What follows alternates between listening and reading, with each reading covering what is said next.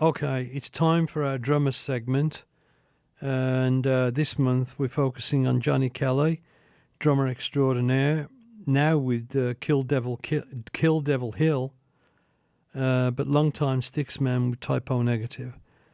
Also playing in a pale horse named Death, and also with Kenny Hickey in Seventh Void, and many, many other bands as well. Johnny has been a long-time friend since I became aware and became a fan of typo negative. I'm going to read, if it sounds like, if it sounds a bit like that, I'm going to be reading Johnny's bio right now, okay? I actually went down to see him play at the Gas Lamp down on Pacific Coast Highway near Seal Beach in California, for those of you who are in Europe. and and I saw Johnny, and I saw the guys as well in Kill Devil Hill. And it was nice to see everybody. I sat down with Johnny and asked him a few personal questions, and we made up a little bio. So I'm going to read that right now before we get into the songs that we're going to play. Well, Johnny was born in Brooklyn, New York, on March the 19th, 1968. He started playing drums when he was 11 years old. And his early influences in drummers was John Bonham, and of course, he said that I was a big influence on him as well. So I was quite honoured to hear that, and I thanked him for the recognition. I asked him what his make-up drums have been over the years. He's got a Ludwig Vistalite kit at home. He's been 17 years with Pearl drums, and he's currently working with Gretsch. And being a Gretsch player myself, I checked out Johnny's Gretsch at the Kill Devil Hill gig. And man, he's got an unbelievable kit, Mike. It's just so solid. It sounds great. I mean, this guy can play, you know. It sounds great. And so well done, Gretsch, because it's very tasteful and beautifully well made. And again, it sounded brilliant. Cymbals over the years, Paste, Zildjian, and he's currently using Sabian. And in my opinion, Sabian, I use Sabian as well, and in my opinion, they're the best rock cymbals for live shows and touring that I've ever played on, and that's my experience. I visited Johnny recently, like I said. The band were great, Kill Devil Hill were great, and he played great as well. Very excellent show. So I hope they do well with the new lineup. I know that Vinny has moved on to other things, or going to move on to other things. So anyway, but I wish Vinny all the best as well. That's for sure. So I was talking about the songs that I wanted to play, you know, and Johnny asked me if I'd choose the songs from Seventh Void. That's with Kenny from Typo, Kenny Hickey. And he asked me to choose a song from a pale horse named Death. So I said, okay, I'll take care of that end of it. But when we sat down, we both agreed on playing what is our Christmas anthem and has been for the last 12 years. And it's of course Typo's Redwater Christmas Morning. Morning being spelt Mourning. And also we both agreed that we have to play Black Sabbath from the satanic perspective.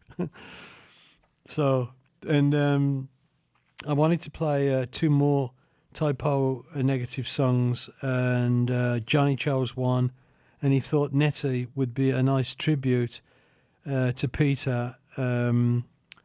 And for those of you who don't know, Peter passed away now. Let's see, how long's it been? What, 2 or 3 years? Maybe a little longer now. But we thought, anyway, Johnny thought it'd be a nice little tribute for Peter.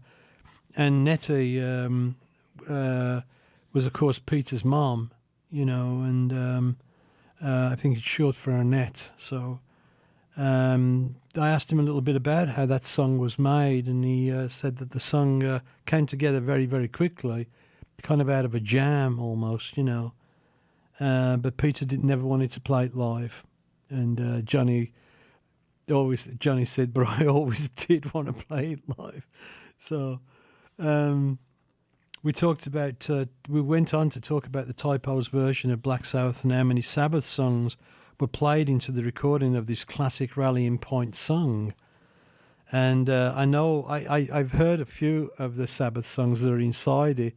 So when I don't know, today is like for any of the young drummers out there that are listening, or for anybody else who's interested, maybe they can count how many Sabbath songs they hear inside the Black Sabbath song from Typos, from the Satanic perspective.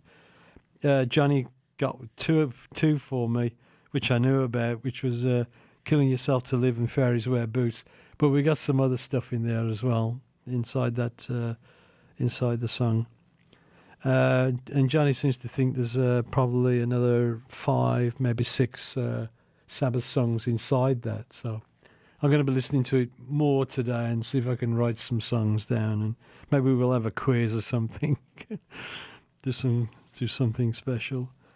So I asked him. I said, "Well, how come you guys wanted to do Black Sabbath, the song, you know?" And for him, he just said, "I got such a kick out of the song. He loved it, and he loved listening to it." So anyway, and I guess the other guys did too. So that's how that came to be.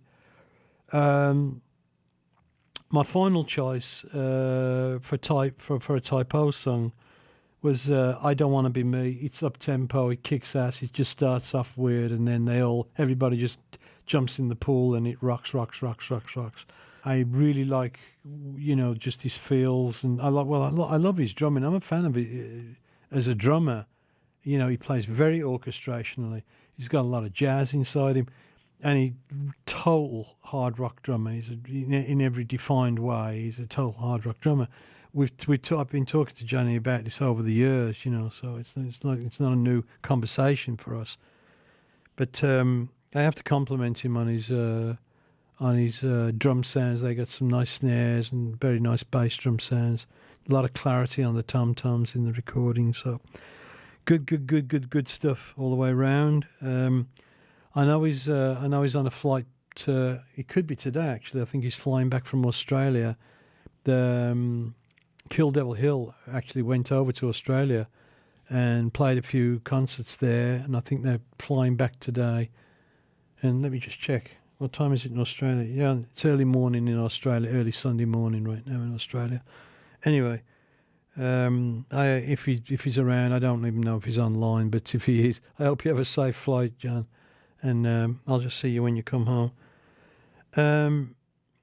Finishing up, Johnny Kelly has, in my opinion, and a lot of other people too, Johnny has and continues to make a rock solid musical print on today's world stage. Thanks, Johnny. Love you, and let us progress into the future a little bit at a time, every day.